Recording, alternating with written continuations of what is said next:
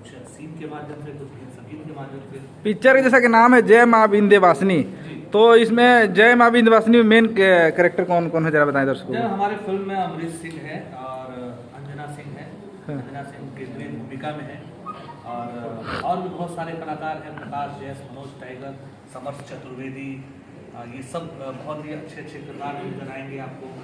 इनको भारती है और त्रिशा खान है, ये सब भी एक बहुत अहम भूमिका इसमें। गेस्ट अपीयरेंस में कौन कौन से कलाकार आपके पिक्चर में हैं? गेस्ट अपीयरेंस मैं कहूँगा कि बहुत बड़ा अपीयरेंस है, बहुत मेरे लिए बड़े खुशी की बात है कि हमारे मित्र भी हैं और पूर्व एमएलए रह चुके हैं और ये अपने कार्य के सिलसिले मुंबई आए हुए थे।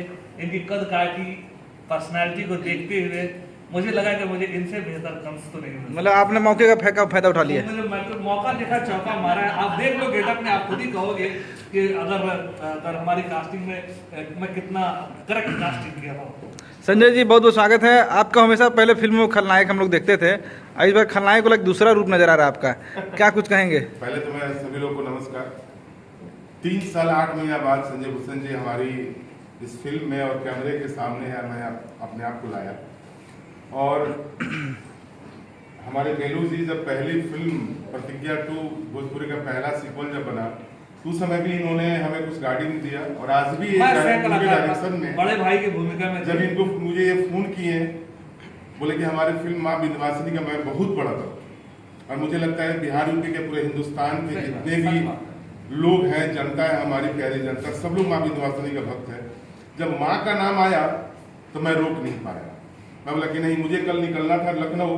मैं बोला कि नहीं, अब माँ का फिल्म है और मुझे 3 साल 8 महीना बाद एंट्री करने का मौका मिला है इस माँ विंध्यवासिनी के मूवी का, मैं एक पार्ट जरूर बनना चाहूँगा। जिन्होंने बोला कि गेस्ट अपीयरेंस है कंस का, जो कि माँ का सामने मैं हरदम नतमस्तक रहता हूँ, लेकिन जो मेरा कैरेक्टर इसमें दिखाया गया है, जो देवकी और वासुदेव जी के जो 8वें पुत्र हैं कृष्ण के रूप में जो जन्म लेते हैं, जो नंद जी के बदल करके जो वो लड़की जो आती है और जो माँ विंध्यवासिनी के रूप पकड़ती है, जिसको मैं मारने के लिए उठाता हूँ।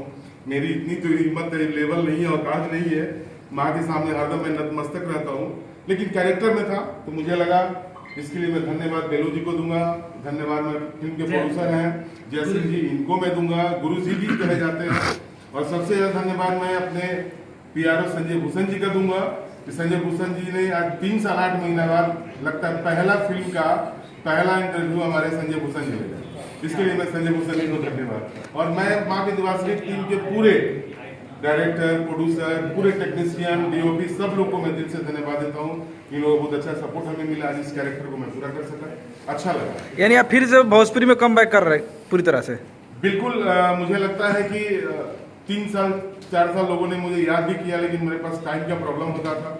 आज हमें थोड़ा सा वक्त मिला है तो मुझे लगा कि नहीं, एक बार फिर बैक होना चाहिए। और अब माँ के नाम पे, माँ विंध्यवासिनी के नाम पे मैं आया और पहली बार जब कैमरा के सामने 3 साल 8 महीने बाद फिर से मैं दोहराने जा रहा हूँ। अगर मैं अपना कुछ करने का मौका मिला तो माँ विंध्यवासिनी जी का आशीर्वाद लेके ही मौका मिला। इसके लिए मैं धन्यवाद विष्णु शंकर बेलू जी को दूंगा।